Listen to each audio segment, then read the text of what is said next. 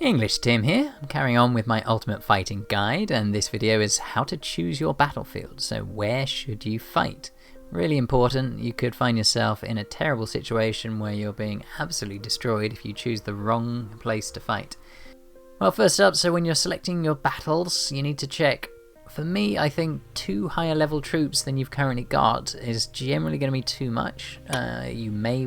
You may well have absolutely uber stats, and if that's the case, then please ignore that rule. But for the average player, I would say that if you're a stronghold level 26, for example, with T9 troops, then the stronghold 30 would be fine. You can get them in the right time, the right place, and there's a very good chance you can win. On average, you still would lose if you're going into the wrong type of attack.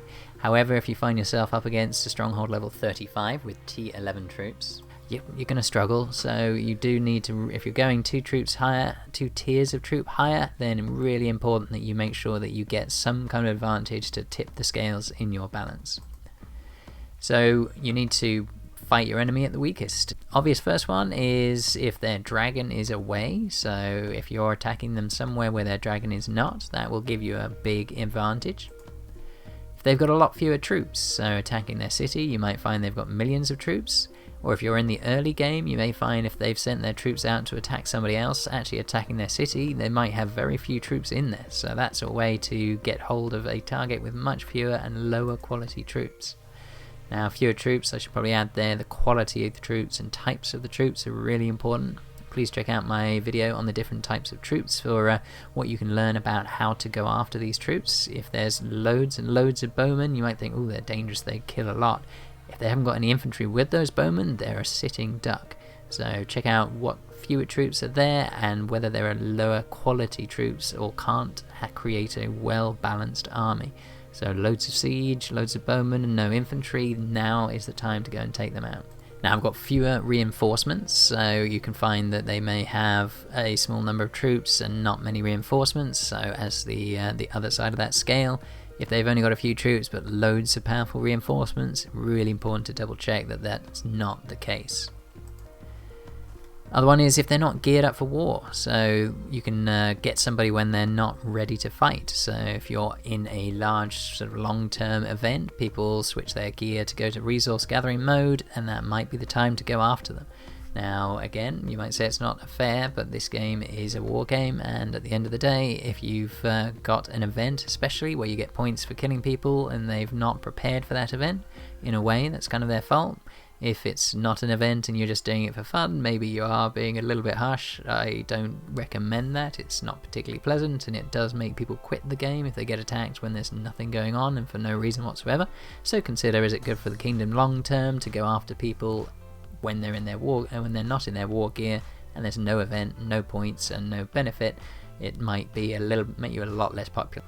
So you will see a note I've said about hiding your gear, switching off your gear. If you go to your Lord at the top left, and then if you go to the cog at the bottom left, and game settings, you have the equipment display here. Now that actually is on by default, so other players can see if you're wearing farming gear or if you're wearing your war gear. So that does give them an advantage. If it's a battle and they can tell that you're not wearing your war gear, they'll be much more likely to attack. So for me, it's worth just turning this off all the time, just to be safe in case you forget to switch your gear and somebody can use that against you. Now, fighting outside of a war event, you can do it, you're much more likely to win, but just see my comments above that you might not be particularly popular. So in standard battles, you've got 3 main choices. One is to attack somebody else's city, so in this case, you'd go find your opponent and see if I can find anyone nearby who's not in my alliance, and then you get the option to attack another player. You can try and get them to attack your city. It's much harder to get them to do so. It depends on the event. So some events there's a huge benefit for other players attacking you, so there are places where you can put yourself where you're almost guaranteed to be attacked. Other times it might be that bit more difficult. And the third typical choice is if you want to try and set up a trap on a tile, so on a resource tile, you can send your troops and hope to get hit. Or alternatively, if you can find somebody else who's on a resource tile, you might be able to hit them there. So what's the advantages and disadvantages of these different approaches? So choosing where to fight. We've now picked our opponent, we've decided they're about the right level for us to take them out, so where can you do? So first up, let's look if we're going to attack their city. First off, you do know that they're there, so as long as they don't teleport away or go back to their home territory or shield, then yes, you've got troops and you've got a city and you can hit it.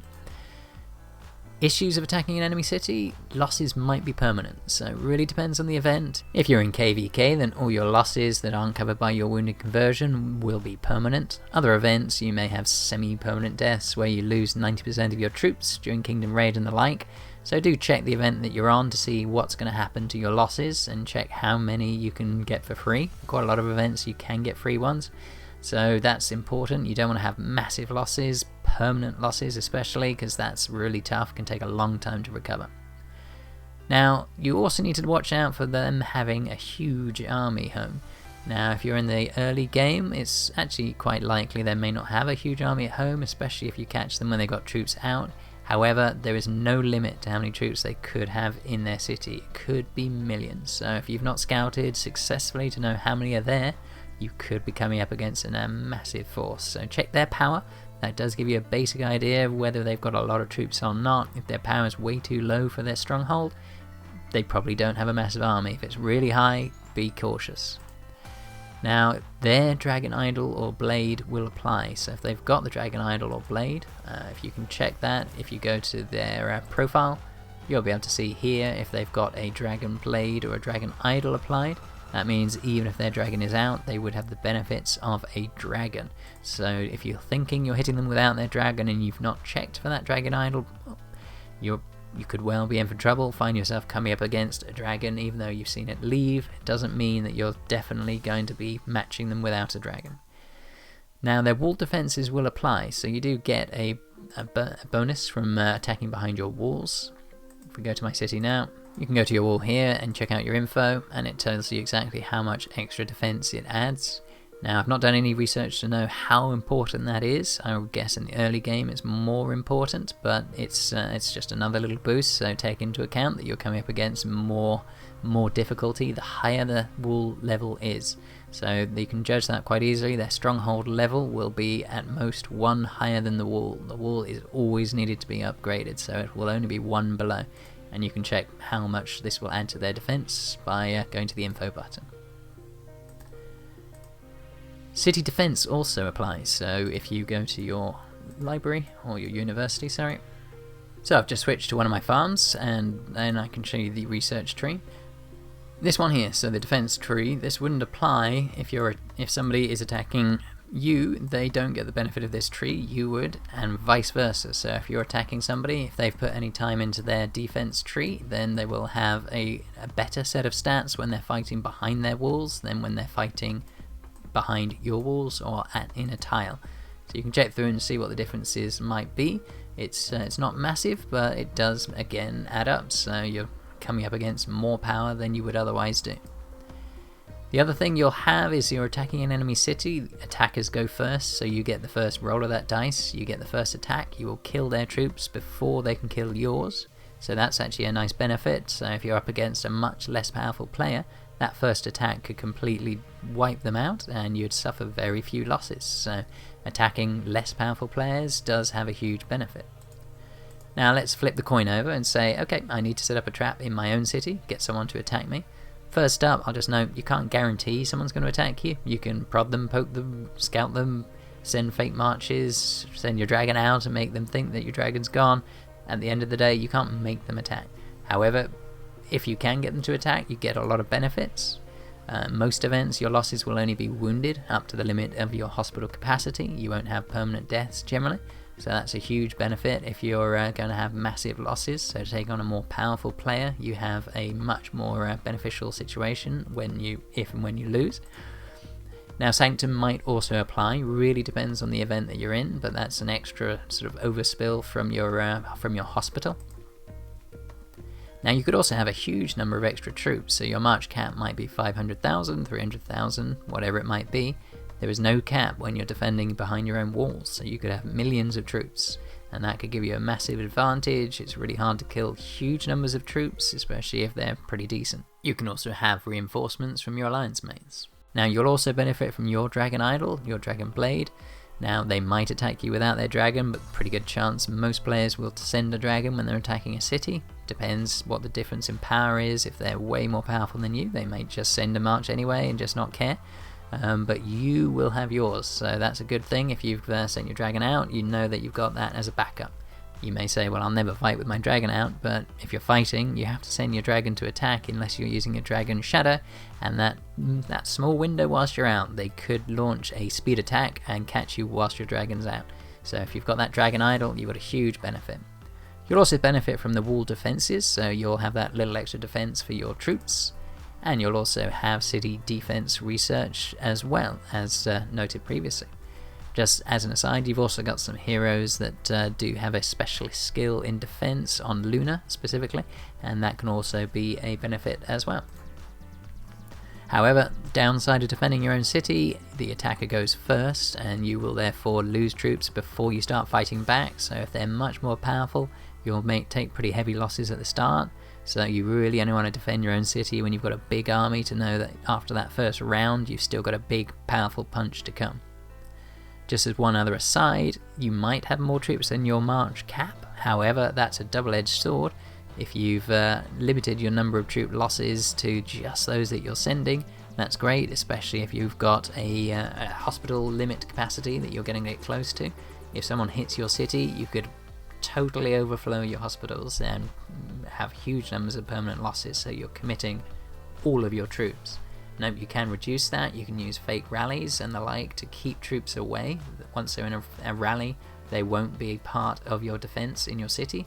That means you lose their strengths, but you also don't lose the troops, so you can balance that out. There are different approaches that you can take to minimize your losses if you're worried about how much space you've got left in your hospitals. So, if you're going to fight on resource tiles, there are quite a few benefits, and there are some issues to consider. One main benefit is you can stay shielded.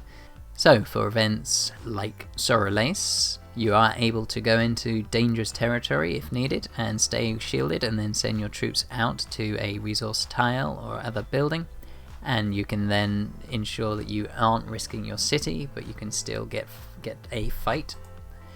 Now, you can set traps, so some people expect that when you send out troops to a resource tile that you're not ready for a fight, so they might only send a limited force without their best troops, and that can catch people off guard. You can win battles that you would otherwise not win.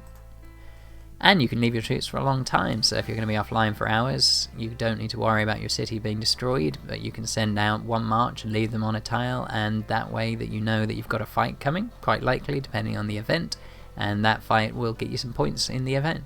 Just keep in mind, if possible, if you can keep watching your troops when you set a trap, it's actually way better to be online to pull them back. If you've had an attack and that attack has been reasonably successful, so killed a lot of your infantry, but you've still got a decent number of troops there, that's when you pull them out and recycle them. Why? If your troops are not covered by enough infantry to protect your other troops, you will lose all your other troops. So your first attack, you may have had 300,000 troops and lost 80,000 infantry. You may only have 40,000 infantry left. The second attack is going to defeat you, even though you've got quite a lot of troops left. If you've not got a good balance anymore, you need to pull them out. Now, check out my video on how troop types fight if you want more information on that. Losses are wounded if you're on a tile, so that's really important, and those losses are both ways. So if you're attacking or defending, it's generally a wounded rather than a permanent death. You also won't benefit from a dragon idol, but neither will they.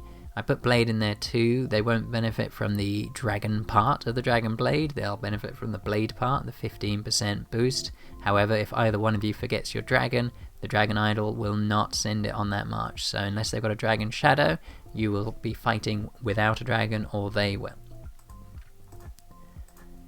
Now, the attacker does go first, so if you're setting that trap and you're defending a tile, you won't get the first hit. So they will hit first and then you will hit afterwards. So if you're hit by a much more powerful player, you lose quite a big benefit of getting that first attack. So better to attack a tile than defend a tile if possible. Now, both players are limited to their march capacity. You can use boosts and the like to increase it. However, you'll never come up against a force beyond the maximum size that they can do, unlike attacking their city, where you could come up against any number of troops, tens of millions potentially. You'll only ever come up against 700,000-800,000 at the current point in this game. No one I've seen has a bigger march cap than that.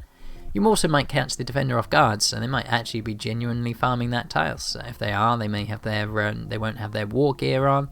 They'll have their hero set up for for gathering instead of fighting. So you'll find that you're taking on a much more powerful player who's not geared up to fight, and that they are a sitting duck. Now you should check out the Discord KOA server, and you've got a section called PvP Stats Buff Spells. And if you wanted more detail on when you get wounded and when you get lost, there is a guide on there.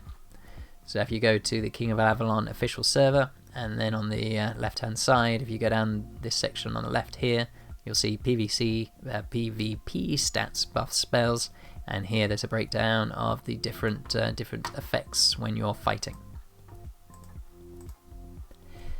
Now, there are lots of other locations. I was going to go through them all, but I think it might actually confuse people if that event's not coming. So what I'll do is, on each of the different events, I'm going to do a breakdown for KVK, for Kingdom Raid and the like, and for any specific event locations, I'll cover when you should be using those locations. So Nether War and the like, you've got castles that you can all share in.